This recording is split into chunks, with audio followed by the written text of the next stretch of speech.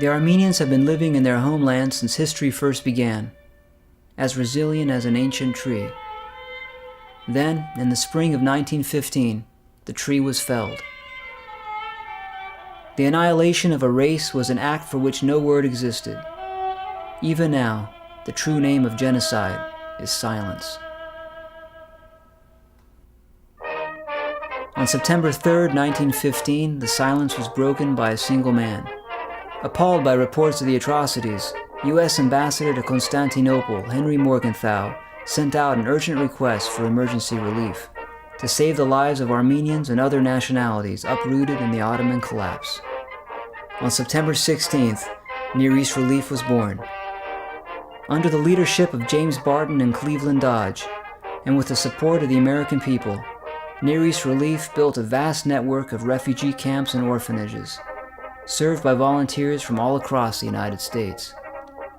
By 1930, $117 million worth of aid had been provided, and 132,000 lives saved, in the greatest humanitarian effort the world had ever known.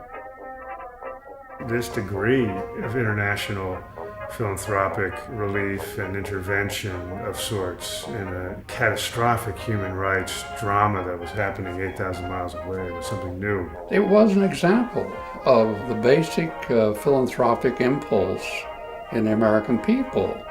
It suddenly rose up with this Armenian genocide. But it's been fairly well forgotten, I think. I don't know how many people would have any knowledge what it was.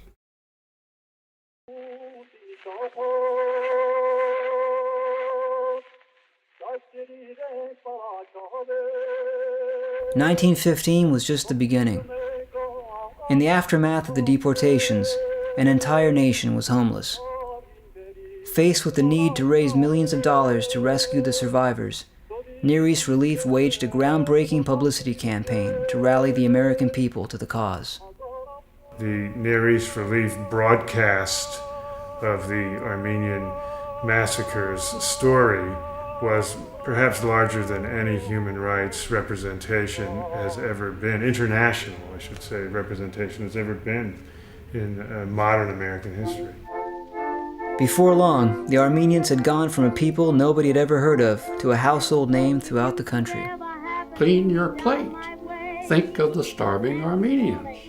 My mother said this to me and my brothers every time we sat down to a meal. And that lived in my mind ever after. That's the first thing I could remember her saying to me. Clean your plate. Think of the starving Armenians. Now, I couldn't have been the only person in the United States who had that experience. All of America was mobilized, from Park Avenue to Main Street. Citizens young and old and of every faith and denomination answered the call, sending clothes, food, money, and prayers for a far-off people in need. An integral part of the Near East Relief campaign were its posters, dramatic images of damsels in distress, designed by leading graphic artists of the day, decorated buses, trains, and billboards across the land. I think, like all good advertisers, the creators of those posters understood that they were appealing to certain core values in a popular Protestant American culture. This was a moral appeal, a national appeal, a Christian appeal, and they were very effective.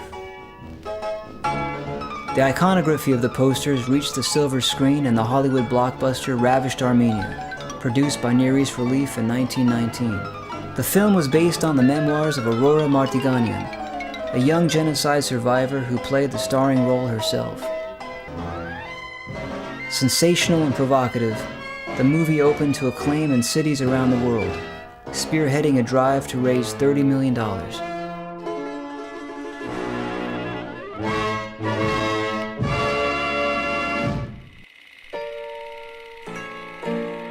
Jackie Coogan, one of the biggest child stars of the 20s, became the public face of Near East Relief.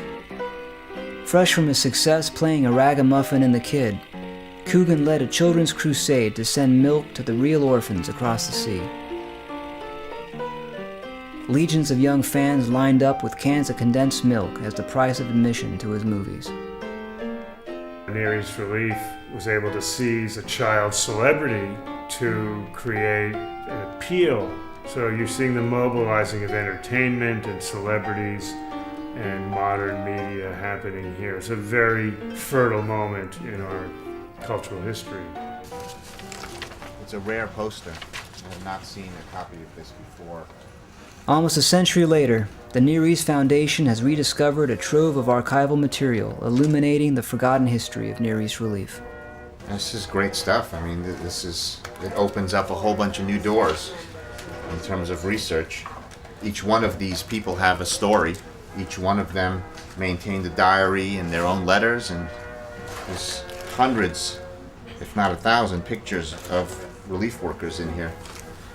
In partnership with the Rockefeller Archive Center, the Near East Foundation has launched a major new initiative to preserve and expand the collection. As we began doing work and doing research, stories upon stories started coming to light.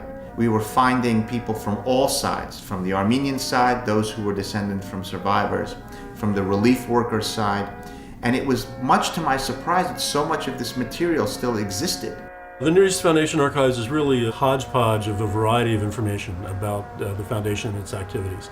There are letters from the presidents, there are reports to Congress. There's a great variety of documents, many of which we're just beginning to realize as we go through the collection. So there's, I think, wonderful discoveries to be made. It's a goldmine of archival material and of a whole rich American history that is surfaced in small bits but needs increasingly a larger exposure. To explore the Near East Foundation archives is to journey into a past one never knew existed. The collection tells an epic story, an odyssey of two nations, one ancient and one young, brought together by a tragedy that would shape the destinies of both. The German missionary Johannes Lepsius, the guardian angel of the Armenians, has left us a precious glimpse inside the sanctuaries of the Near East Relief, from the Polygon Orphanage of Alexandropol to the Bird's Nest of Beirut. These were the cradles of a new Armenia, born in the ashes of the old.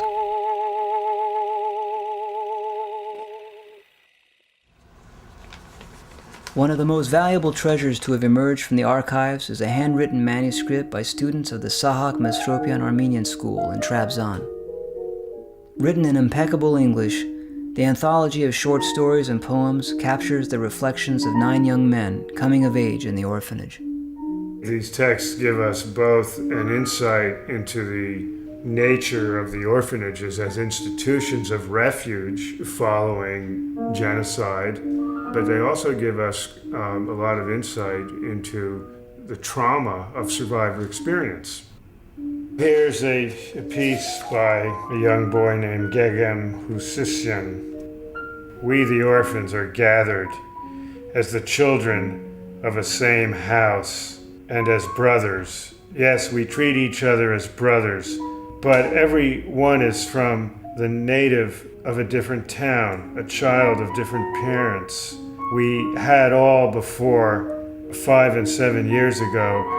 We had our fathers and our mothers, our brothers and sisters, and now deprived we are unluckily of them, and we have to enter this orphanage for food and education. Young Gegem Husisyan is reflecting on the misery from which he's come and the kind of almost indelible pain of being an orphan, of having had a family and now having none, of having had a hometown, now having none. They've lost everything, but they're starting out. Again, there's some way they've been given a new chance. And that's, of course, one of the great legacies of Near East Relief. The foot soldiers of Near East Relief were the volunteers, men and women from the heartland of the United States, devoted to saving a people they'd never met. Through their legacy, we see them not merely as relief workers, but as mothers, fathers, and friends to the thousands of children they fed, healed, and educated. When you read their letters, when you read their journals, when you see their pictures, there's a whole different story that comes to light. It's a personal story of the courage that these people had. Many of them were 19, 20, 21 years old. It's almost humorous or pathetic when you think of Americans who are about college age going over there and discovering Armenia and making something that's available to our historical knowledge. It fills in a gap. We didn't know much about what was going on in the Near East. The volunteer experience is captured in the private letters and photographs of Nellie Miller Mann, a young Mennonite from Indiana who served as a secretary at the Bird's Nest in Beirut. She kept copies of every single letter that she typed up for all her colleagues. And all of those documents she kept throughout her life in a little box and passed them on to her son. A generous gift of the Mann family to the Near East Foundation, the collection provides an intimate picture of daily life in the orphanage. We meet Menno Schellenberger from Heston, Kansas, who died of smallpox in Diyarbakir and lies buried in an old cemetery in the hills. And we follow the happy childhood of little Azatuhi. Found starving during the deportations, Mann poignantly describes her rehabilitation and the maternal love that she inspired. These documents need to be carefully archived and put in a database because there's a very rich, deep human rights history there, and American history there. That's the guts of history. That's the small details that make up the historical story. If there's more of this kind of material in the Near East Foundation archives, then there's so much to be learned. History is as perishable as the people who make it. The archives of the Near East Foundation preserve the memories of individuals and the lives they saved. In their faces, we see our grandmothers and grandfathers. Looking closer, we see ourselves. Forgotten in vaults and attics, their voices are silent. Now it is for us to rescue them.